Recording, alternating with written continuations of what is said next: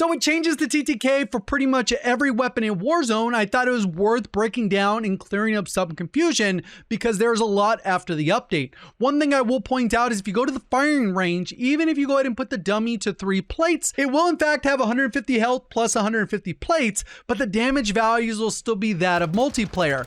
So even if it feels like the TTK is a little bit longer, it makes sense because it's not accurately reflecting the changes they made to Warzone. So I hope they fix that in Season 5, but currently you can kind of get a general flavor or feel of how the weapon will feel recoil-wise, how the aim down sight will be, how the strafe will be, how it feels when it reloads. You can get a lot of these feel, but in terms of TTK, you're not going to be able to feel that in the firing range. But besides that, how you calculate TTK is you have to do the health divided by the number of shots rounded up. So for example, if it takes 7.3 shots to kill, you round it up to 8, and that'll give you an accurate number of shots to kill. Example is this: if a gun does 30 damage, it has 300 health, it'll take approximately 10 shots. If it does 32 damage, then it's going to go ahead and hit there a little bit sooner, but you still end up having to round up to the same number of shots. And then when you get different shot placement with legs and chest and stomach and neck and head, you get all these other variables. So you kind of have to make a good approximation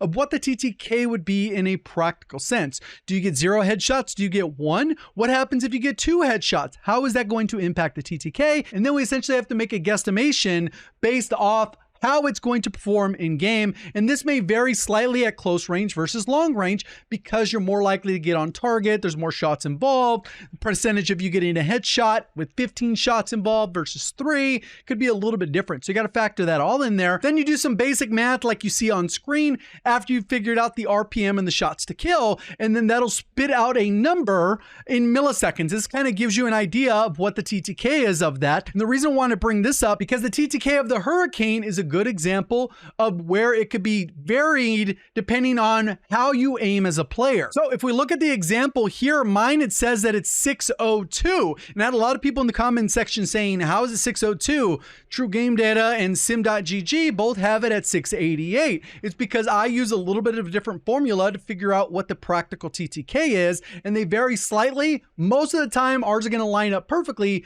but in some different scenarios, theirs might be a little bit higher or vice versa, a little bit lower, because what they have their weightings on headshot versus chest versus legs. So if we take a look at the damage numbers here with the RPM, we can calculate the TTK based off the different variables that I just went over. And then if you get 1 headshot in the mix, so we subtract 51 from 300, that puts us at 249. We divide that 249 by 36 and it ends up with 6 in a remainder, which gives us 7 shots to kill plus that headshot, which gets us a total of 8. You multiply that all out, you get a TTK of 602, which is actually a little bit faster than what we've seen here at 688. Obviously, if you do all headshots, it's going to be 430, but that's not practical. But 1 headshot is super practical, at least in my opinion, but it won't happen in every case. This is the TTK you'll get a lot of the times, but if you get a headshot in the mix, you should be aware of that and get 1 headshot in the mix. It's not like the bullfrog from before where you needed like 2 headshots to get the TTK, which we'll also talk about, but that is incredibly important when you're factoring it in. So if you're not factoring that, the TTK will be slower. So first up on the TTK right now is the Akimbo Basilisk, and this thing will be destructive. It basically has 5 bullets in each of the guns, so you kind of are limited on how you want to challenge the gunfight. I think this one is a little bit more niche, a little bit more gimmicky. When you run up against it, it will be pretty annoying, but there are some versatility issues, especially if someone's at like 15 meters. You're probably going to be better off with a more practical SMG or even a regular pistol in single auto versus Akimbo. So you kind of got to weigh that in there. TTK is not everything. At close range, it is weighted super heavy because you're much more likely to land shots at close range, and that's kind of where you end up with the scenario. So right here we have the X13 Auto, which is kind of taking over right now, and because of that practicality setting, it has the more versatility. The mag allows you to down and thirst essentially 2 players.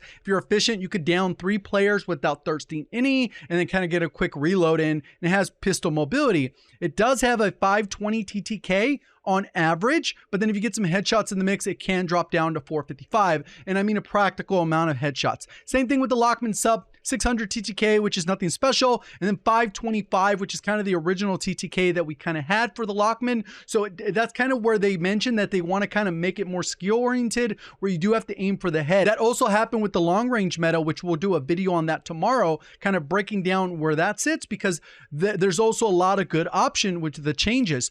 We got the FSS Hurricane. You get the one headshot in the mix. There it is. ISO 45.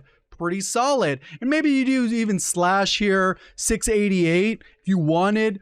You know, you kind of go that route, but you kind of get an understanding of where that comes from. ISO 45, 603, pretty reliable, not crazy broken like it was before the update, so pretty balanced. MX9 still has a magazine issue. You can see kind of where these magazines sit, so pretty good spot. And then we have the VASNAV. It's kind of where it starts to fall off, and then maybe you get into sniper support. PDSW could be pretty good. The VEL, you got a kind of a few different options there that aren't trash, but they're not necessarily meta. So you got to kind of factor that in. So one thing I'll point out before I get too deep into the meta is that it's still important to know kind of where weapons sit, because you're not always going to have your loadout weapon from the buy station or from a loadout. So it's good to kind of know where things are in a sense of a power ranking, because they are on the floor. How do you prioritize one gun over the other? Okay, the Hurricane isn't so bad. Nice damage per mag. Maybe I picked that up over the MX9. So you can kind of do a little bit of a power ranking. Now let's go ahead and get into it. If you enjoyed the video, please do remember to hit the like button and subscribe if you're looking to find your way back. So when we look at the close range meta, there's actually a couple different options here, and I think we'll cover a good amount of what is viable, what is good. One thing to keep in mind though, what differentiates the full like primary compared to a secondary is that the secondary cannot be purchased from a buy station. So you either got to get lucky with one of those loadout crates where you can just walk up to it, you get a loadout, or your loadout drop, or you got to buy one. So early game, it's going to be much less likely that someone has the X13 full auto versus like a Lockman sub. Same thing with the Basilisk, less likely people are going to have that versus something like the Lockman sub or the VASNAV or a primary weapon until you can get it from a loadout, which drops later on or is pretty expensive. You kind of got to pull that money together. So for the Lockman sub, pretty straightforward, kind of follows the build that we've had for a while. You can kind of see how it's built out. This one has pretty good ADS, strafe speed. You can see kind of how there is. Even after the 50 round mag, the mobility is pretty good. And then I always like the iron sights with this. Pretty easy to hit shots. When it comes to the X13, which I think is pretty broken at the moment, we'll probably get a hairline nerf of some kind. So use it before they change it. Here's a little bit of a slower build, but I think this one's a little bit more versatile in terms of short to medium range. I think if you get rid of some of these attachments, the recoil might be much, even though you're going to be a little bit faster. You could always get rid of something like the stock and then maybe put on a laser, and that's another way to go. It's just I'm not really a big fan of the visible lasers, and you don't have other options there. So you could go that route as well. You can kind of tune that for aim down sight speed and then sprint to fire speed, since a lot of times when you push a building, you may hip fire, get those first shots in while you're aiming down sight. You can kind of see how this one works. So overall, pretty straightforward. It does have a little bit of rise action going on when you do fire the weapon, but overall pretty accurate.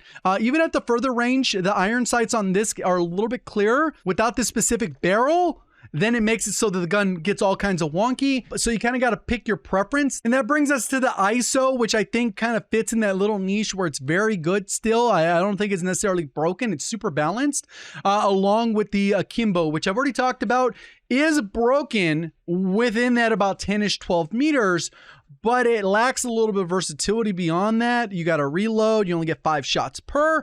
And when you use these in game, this is kind of how this one will look for you on the ISO. So pretty straightforward build that we've kind of already had for a little bit. I tend to lean towards a little bit more recoil control at medium range.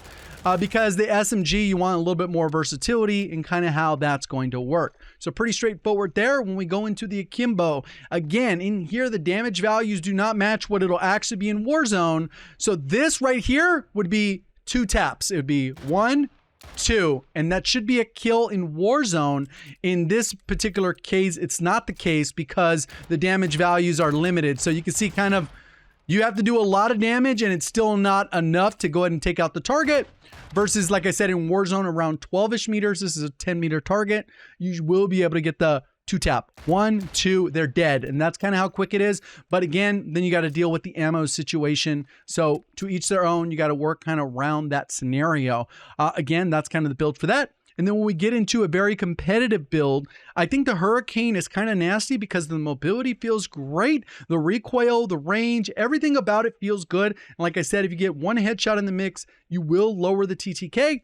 And you'll get that 602, which is super competitive with some of the other options. So right here, you can kind of see how the strafe works. The ADS isn't crazy slow, and it has those M4 iron sights, which people tend to like, and allows you to have good bullet velocity, good recoil control, and good range and all those things. So this one's good, more even as a sniper support potentially. I think I got to look a little bit more closer at the numbers, the medium range, and you can kind of see how that works. So pretty straightforward build. Super accurate, and especially after the update, just get one headshot in the mix and you'll be fine. And that brings us to the Vaznev, which is basically the same build we've been rocking for a minute here. I don't see any reason to change it. I've been enjoying it. They haven't changed the way the attachments work. So I use that one. It has good strike speed, relatively decent ADS, and it allows you to hit your shots even at the 25-ish meter target. So pretty good overall. And again, like I said, the TTKs in here aren't necessarily representative of what you'll experience in Warzone because they are slightly different. Let me know what you're a fan of at the moment for close range. Appreciate all the support. Thank you for watching as always. Have a great day.